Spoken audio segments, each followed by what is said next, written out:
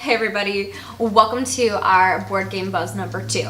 Today we're really excited to talk to you about planning a board game night, the essential tips that we have for planning board game night, because we host quite a few, so these are the things that we think about that we thought you might want to know. We've narrowed it down and simplified it into 3 essential rules that everyone should keep in mind when they host a game night. The first and most important rule, I think, is know your crew.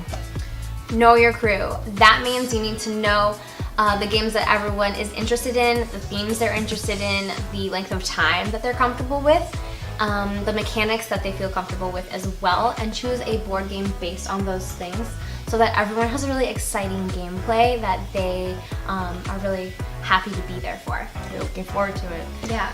If they have no idea what type of games they like to play, they can take this quiz online that we talked about in our last board game buzz. Yeah, on Quantic Foundry. They have a good board gamer motivation profile that gives just a really quick insight that you can kind of put together and choose a board game based on that. And once you decide on a game, hopefully you decide on a game before people come over, or at least a couple games that they can choose from. Tell them how long the game will take so they know how long they're expected to be there. It might be a quick and short party game or a really long 6-hour strategic game. Yeah. They should know before they come over. Yeah, be transparent. Number 2 is be rules savvy. Be rule savvy. Especially as the host, you should know the rules for the game that you're gonna play. Either look it up beforehand online, watch a tutorial, play the game by yourself at least once so that when people come over you can answer their questions and it goes smoothly. You have to learn as they get there. Right. Spending too much time on rules before you start a game the day of is really annoying. And to help with that, we always send a tutorial video to our friends a couple of days before, and that's when we decide what game we're going to play, especially if it's a new game, before our game night. That way everybody knows what they are getting into, the mechanics, kind of the theme, just what their goal is of the game, and just kind of how to play.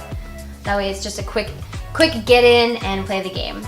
If you want to take it a little step further, maybe even determine the house rules before everyone comes, because there are sometimes inconsistencies in the game rules, so it helps to have some house rules before. And that takes time, it comes with time, but if you read the rule book or look at tutorial videos, then you can determine that before everyone shows up. Exactly. And the third rule, not least set important. the vibe. Set the vibe, make a good playing space, maybe have a big table for the board game that everyone can sit around and have access and see what's going on. Set the lighting, make it dimmer, and usually not too bright because that might tire people out sooner. What else? Really, it's just about making people feel comfortable and entertained and just making it a space for everyone to enjoy the game. And to do that, we always play music from the second that people walk in because it just makes for a good ambiance. You need background noise. Some people like to plan very quietly when they're strategizing, and it makes it less awkward for that. We also really enjoy themed playlists for different kinds of games, like Arkham Horror. We have a horror playlist. We have quirky playlists for things like Root, and a couple of others where we play like soundtrack playlists. We'll list some of those below, and you can check them out. Another thing you can have are snacks and drinks. You can have themed snacks to play with the theme. Drinks, anything from beer and wine to coffee and tea, depending on how long the game is, how people are feeling. Just have those things available for everyone. If it's a drinking game, you need to get super loosey-goosey. Maybe some liquor is needed. Who knows? Yeah, exactly. We tend to play longer games, so something that we have incorporated that's very successful for us is planning our snack and rest breaks. Yeah. That way, if we're playing a game that's 4+ hours, we have 2 hours in. We know that we're going to take a break at a natural stopping point in the game. That way everyone can refill their drinks, or get snacks, or stretch their legs, or go to the bathroom, etc. And you can come back to the game feeling really refocused and refreshed. So that sounds like a lot, but it's really 3 main things. Know your crew. Be rules savvy. Exactly. And set the vibe.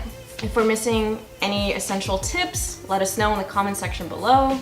And let us know what you do for your board game night. We'd love to know what you find successful.